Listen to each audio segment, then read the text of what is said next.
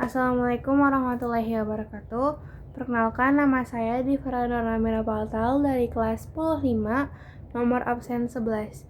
Jadi di sini saya akan menyampaikan kritik dan saran kepada guru kimia Pak Rifki dan juga kepada SMA Negeri 30 Jakarta. Yang pertama, kritik untuk Bapak Rifki. Mungkin kalau misalkan lagi ngejelasin materi itu jangan cepet-cepet, terus kayak mungkin bisa diulang sampai 2 kali. Terus sebenarnya Bapak sih selama saya masuk ke 30 terus diajarin kimia sama Bapak sih menurut saya udah oke, udah bagus.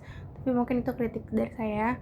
Terus kalau misalkan saran itu yang pertama mungkin Bapak bisa di satu pertemuan gitu Bapak minta anak-anak untuk tulis di kertas terus kayak tanpa nama apa yang mereka sulit pahamin, uh,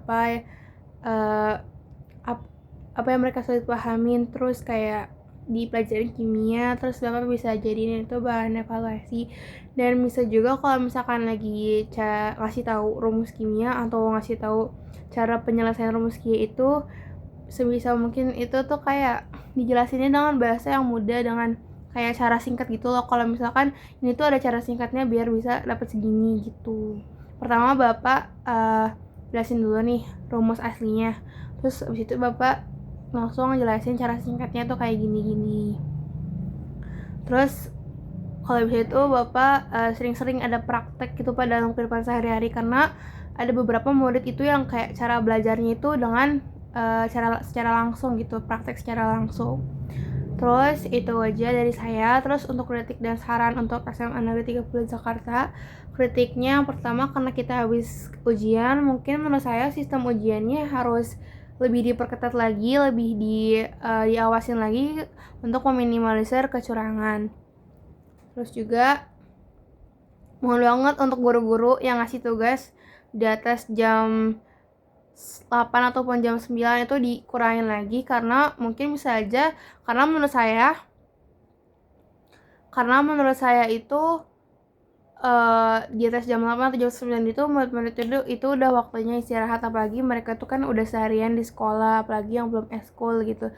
Jadi tolong banget, apalagi kalau misalkan di hari libur gitu. Terus kalau saran saya untuk SMA Negeri 30 mungkin sebulan atau 2 bulan sekali itu ada jadwal bimbingan konseling wajib, karena mungkin aja ada setiap murid yang lagi ada masalah keluarga, masalah sekolah, masalah akademik, terus mereka bingung mau cerita ke siapa. Nah disitulah peran BK itu ada gitu. Terus itu juga sebagai tanda kalau misalkan sekolah ini tuh peduli terhadap muridnya. Terus kayak SMA Negeri 30 tuh harus lebih memperhatikan murid-muridnya lagi sih. Itu menurut saya. Kurang lebihnya mohon maaf. Wassalamualaikum warahmatullahi wabarakatuh.